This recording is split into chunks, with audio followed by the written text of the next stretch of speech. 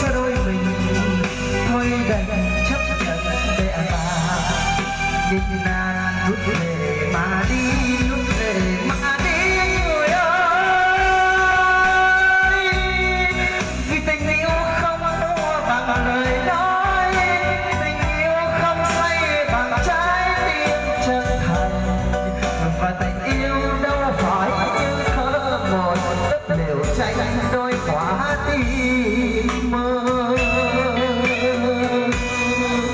Giờ ta say diều đá hay diều tình,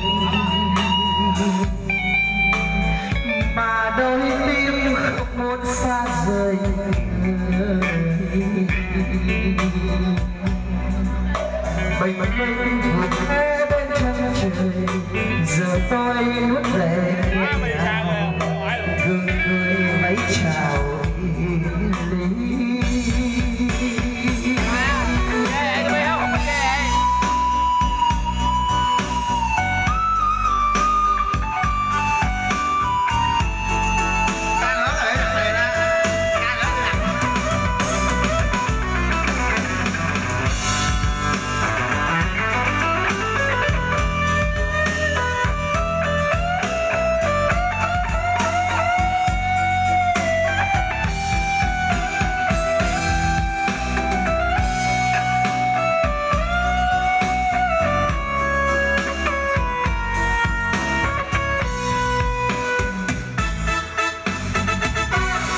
Giờ chia tay với người cười, mà nghe tim đớn đau tràn lời,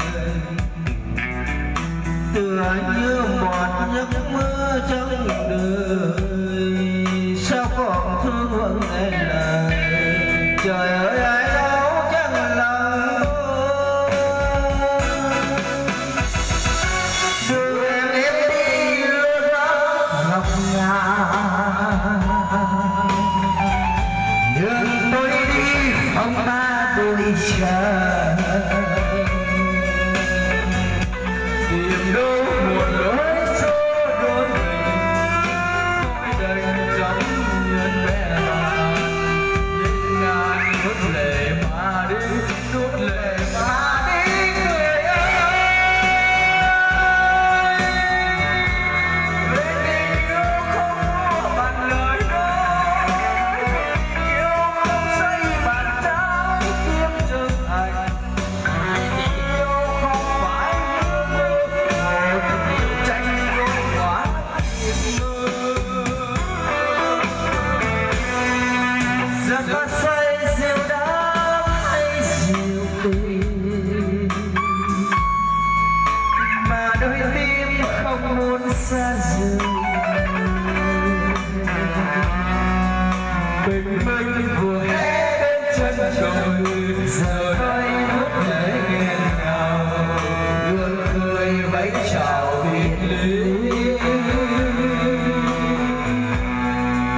Bình minh vừa hé bên chân trời, giờ tôi nuốt lệ nghẹn ngào, gương cười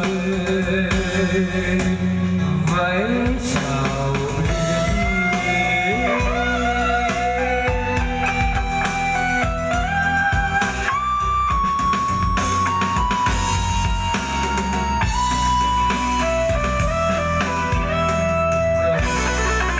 Tiếp tục chương trình ngày hôm nay, chúng mình sử dụng giả đất đến với sản phẩm và tiếng hát của ca sĩ Đông nhạc thảo cùng tên